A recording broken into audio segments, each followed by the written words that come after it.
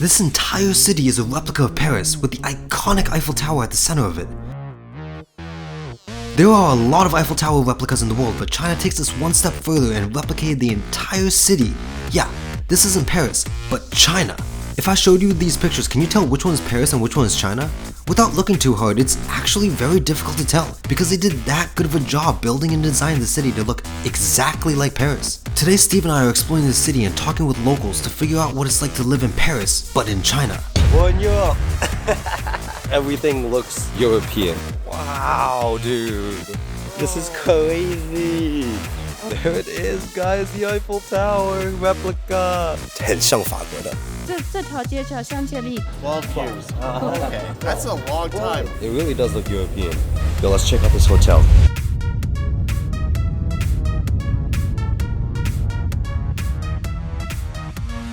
Hey y'all, so we're finally here, back with Steve, and guys, look, this hotel is completely empty.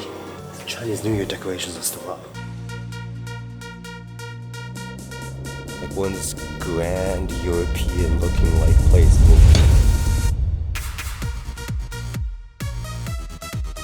Yo, even the maids or the service workers are dressed as European maids, which is crazy. Let's check out Steve's room here. Wow, painting, statue thing. It does not feel like we're in China anymore. There's also a really big room. See the view outside. Wow, guys, look at this. Look at the church, cathedral, temple thing. I don't know, other buildings. These other buildings, they seriously all look European. Believe it or not right now, guys, we are in China. This is China, by the way.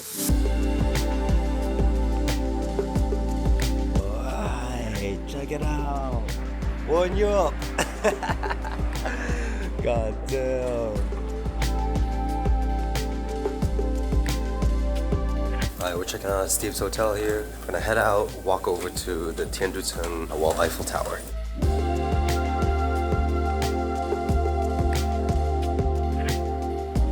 Surprisingly enough, Steve actually booked the last room in this hotel, but it doesn't feel that way. I mean, just look at it. We're in this like main lobby intersection area, and we haven't seen like anyone walk by us. It feels very odd, and all you can hear is the piano music. Keeps off the vibes of old Europe, I guess. Yeah, old Europe, Renaissance.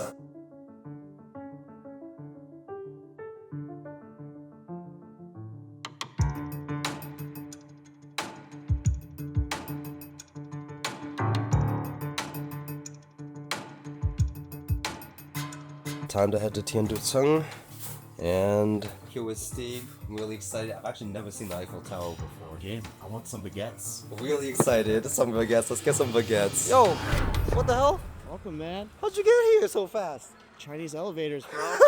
It's 2024. That's crazy. It's my first time seeing the Eiffel Tower. Yeah, welcome. Alright guys, so like literally just walking like a few feet out of the hotel. Like look at this. Could just mistake this for Europe right here. The trees, the street, the road, the buildings, everything looks European and well, France. Yo, check that out. Those are the lines of trees that we've... Wow, dude. This is crazy. Actually feels like we're in Europe, guys. Oh my god. Yo, I'm not sure if that is done on purpose or if maybe it's just like made in China a little bit, you know? Like the older look of it makes it look even more European because those buildings have been around there for like hundreds of years now, right? These buildings were literally built back in 2013. Yo, there it is, guys, the Eiffel Tower replica.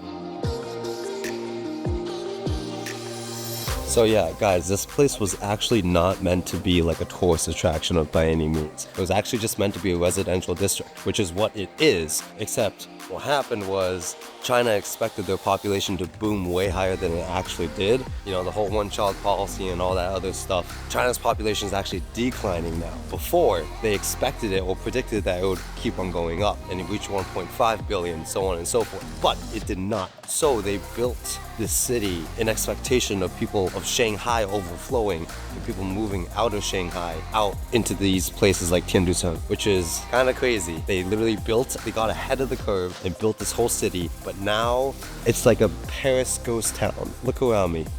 I don't see many people. But yeah, so China's population could not keep up, and so these places ended up kind of reaching expectations or reaching the expected number of the expected population. I mean, imagine you live in China. Everything you're used to is Chinese, but then you get buildings that look like this. You get streets and parks that look like this. Buildings that look like that. This is really odd.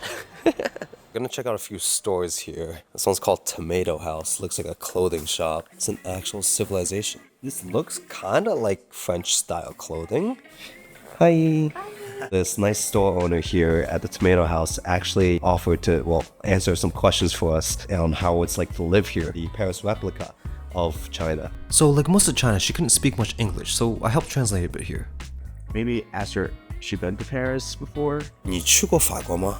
没有。 She went on to say how the city was built to be purely residential, and how they don't actually get that many tourists. She also mentioned that the streets being so wide actually creates a large sense of space and thus peacefulness, which makes sense in an already underpopulated city. These streets with no cars would give off that peaceful feeling. Even though for us, because it's not how Paris is, but it looks like Paris, it gives off this more eerie and almost unsettling feeling. Oh, shit. Thank you. Okay, so that was actually really cool. We got to learn a lot more about, I guess, like their culture here, specific culture kind of here, and how like it's like kind of like a community in here where she said like she has like literally a couch and a table and everything in here because apparently, you know, her local friends, you know, come by and just talk and everything, which is the people that we saw in here before she actually left, or before they left. So that's actually really cool. It's a really good community feeling. Okay, bye-bye. She's also extremely nice to have talked to us. But yeah, Tomato House, if y'all want to check it out. Something that just occurred to me, guys, is this is like one of the biggest sidewalks ever like seen. So big, no cars are allowed on it, and you're only allowed to drive those motorcycles here.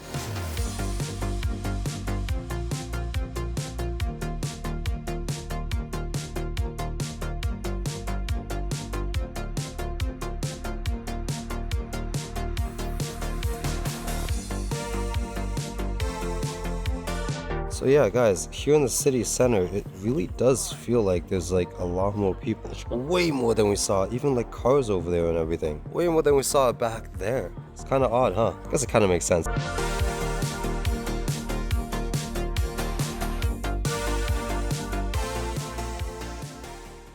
Alright guys, so we finally made it back here where the Eiffel Tower is. Check it out, right behind us. But unfortunately, I mean, correct me if I'm wrong, these big ass green wall looks like it might be closed. Let's hope not. Let's try it out.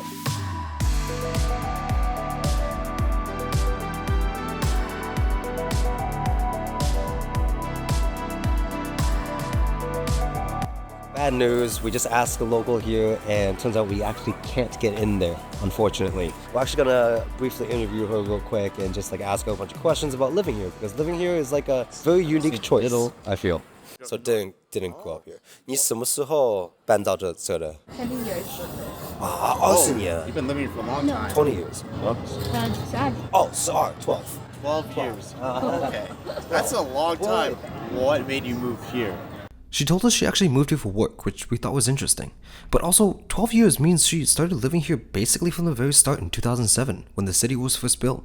She said the change has been pretty dramatic over the years and that she mainly lives here for the beauty.